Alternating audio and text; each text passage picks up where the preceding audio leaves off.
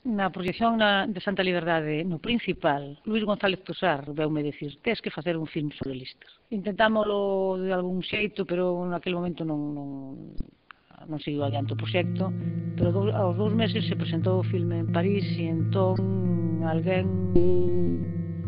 se achega a min e me dice: fai un filme sobre o meu pai. E eu lle dixen: quen é teu pai? Porque naquele momento non recoñecín a Quique Lister e me dice: Enrique Lister.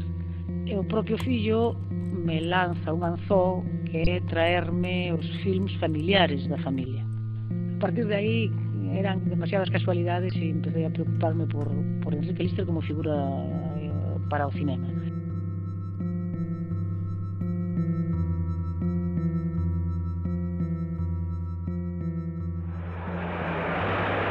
Queridos compañeros, tengo hoy el honor, en nombre del pueblo de Cuba, de saludar una vez más, durante su estancia entre nosotros, al general Lister. Partín da maneira máis convencional, buscando nas hemerotecas, nas filmotecas, lendo libros de historia, lendo crónicas que saíron de todas as batallas, o gallo dos 70 anos da Guerra Civil.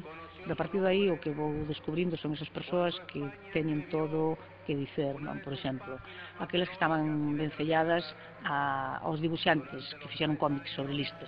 Súa viúva me puxo nas mans os orixinais e me cedeu todo.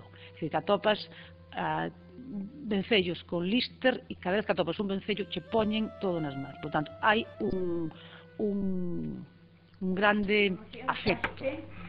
En el 37, antes de comenzar las operaciones sobre el Chite y allí en el Bajo Aragón, ya estaba en el grupo de aficionados de teatro para hacer la zapatería prodigiosa del Oscar. Cando comezo a investigar vexo un personaxe poliédrico con miles de caras e de posibilidades, un personaxe que está moi marcado por o que foi o século XX, porque é un personaxe exclusivamente do século XX. Y en esto que se acerca a mí me saca a bailar. Y me quedé, hoy como me quedé helada. Dice: mira, si te doy un pisotón, perdóname, dice, pero soy un pato mareo bailando. Pues allí todos los compañeros de la división que estaban por ahí: Carmina, agárrale, Carmina, agárrale. Y cuando nos casamos decían: ya tenemos jefa, ya tenemos jefa. Como sabedes, eu tiña unha imaxe pública próxima de moi brután. Para mí que é unha imaxe que responde a unhas certas características da propia personaxe, pero que sobre todo unha imaxe construída, non? Dende a propaganda enemiga, que tamén decía que non era galego, que era ruso. Por iso hai unha anécdota moi simpática con Hemingway, que lle dice: vostede non é español, e lle dice: non, son galego. Antes de la batalla de Teruel. Sí, noviembre.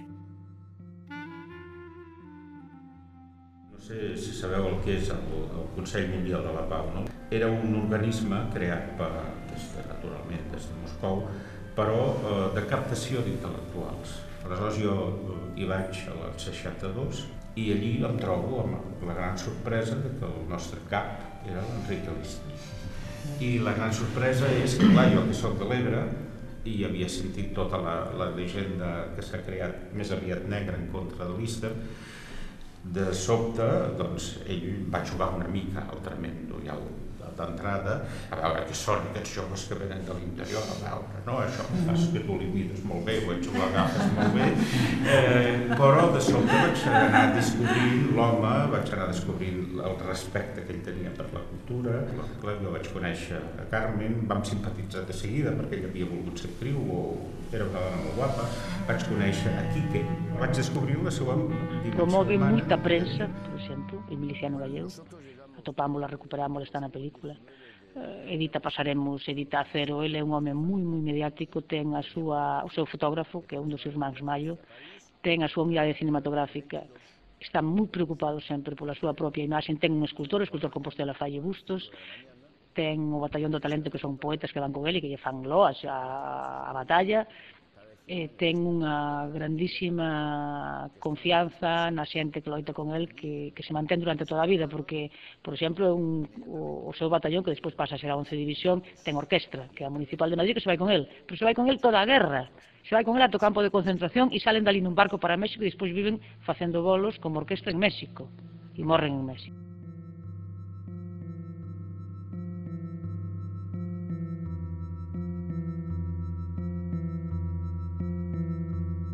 Here is an interesting interview with the Conservative leader who was Premier at the time of the last elections.